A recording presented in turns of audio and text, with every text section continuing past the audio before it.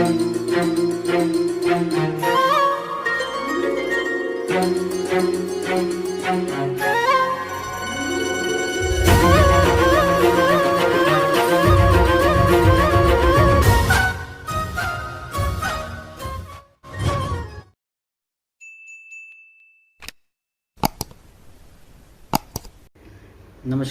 जय श्री कृष्ण, राधे राधे। मैं वेदांत गुरु जी, स्वागत है आपका इस चैनल पे।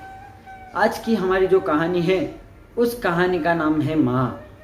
तो चलिए आज का प्रेरक प्रसंग हम सुनते हैं। अगर आप चैनल पर नए हो तो चैनल को सब्सक्राइब करो, बेल आइकॉन पर क्लिक करो ताकि मेरे रोचक वीडियोस आपको जल्द से जल्द देखने को मिले। तो चलिए हम ये वीडियो शुरू करते हैं।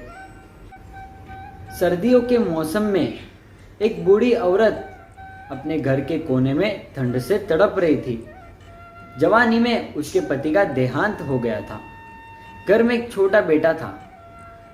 उस बेटे के उज्जवल भविष्य के लिए माँ ने घर घर जाकर काम किया। काम करते वो बहुत थक जाती थी, लेकिन फिर भी आराम नहीं करती थी। वो सोचती थी कि जिस दिन मेरा बेटा लायक हो जाएगा उस दिन आराम करूँगी। जैसे कि जो है देखते देखते समय बीत गया। माँ बूढ़ी हो गई और बेटे को अच्छी नौकरी मिल गई। कुछ समय बाद बेटे की शादी कर दी और एक बच्चा हो गया। अब बूढ़ी माँ खुश थी कि बेटा लायक हो गया है, लेकिन यह क्या, बेटे व बहू के पास माँ से बात करने तक का वक्त नहीं होता था। बस ये फर्क पड़ा था, माँ के जीवन में पहले वह बाहर के लोगों के लिए बर्तन व कपड़े धोती थी, अब अपने घर में बेटे और बहू के लिए धोती है।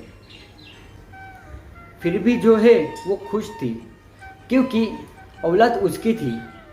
सर्दियों के मौसम में एक टूटी चारपाई पर बिल्कुल बाहर वाले कमरे में एक फटे से कंबल से सिमट कर माँ लेटी थी और सोच रही थी, आज बेटे को कहूँगी तेरी माँ को बहुत ठंड लग रही है, एक नया कंबल ला दे।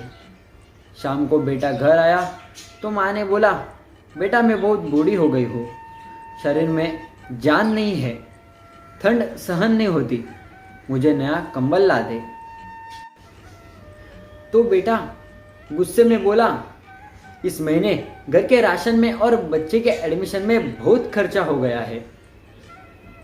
कुछ पैसे है पर तुम्हारी बहू के लिए शॉल लाना है, वो बाहर जाती है, तुम तो घर में ही रहती हो, सहन कर सकती हो, ये सर्दी निकाल लो, अगले साल ला दूंगा। बेटे की बात सुनकर माँ चुपचाप सिमट कर कंबल में सो गई। अगली सुबह देखा तो माँ इस दुनिया में नहीं रही। सब रिश्तेदार पड़ोसी एकत्रित हुए। बेटे ने माँ की अंतिम यात्रा में कोई कमी नहीं छोड़ी थी। बेटे ने माँ की अंतिम यात्रा में कोई कमी नहीं छोड़ी थी। माँ की बहुत अच्छी अर्थी सजाई थी, बहुत महंगा शॉल माँ को उड़ाया था। सारी दुनिया अंतिम संस्कार देखकर कह रही थी, हमको भी हर जन्म में भगवान ऐसा ही बेटा मिले। मगर उन लोगों को क्या पता था कि मरने के बाद भी एक माँ तड़प रही थी, सिर्फ एक कंबल के लिए, सिर्फ एक कंबल के लिए। मेरा उद्देश्य इंसानों के अंदर मर चुकी इंसानियत को जिंदा करना है। अगर मेरी कहानी आपके दिल को छू गई हो तो अपने सभी दोस्तों को भेजो। हो सकता है ऐसे बहू बेटा हमारे दोस्तों में भी हो जिन्हें इस बात का एहसास हो। अगर कहानी अच्छी लगे तो शेयर ज़रूर करना। जी धन्यवाद।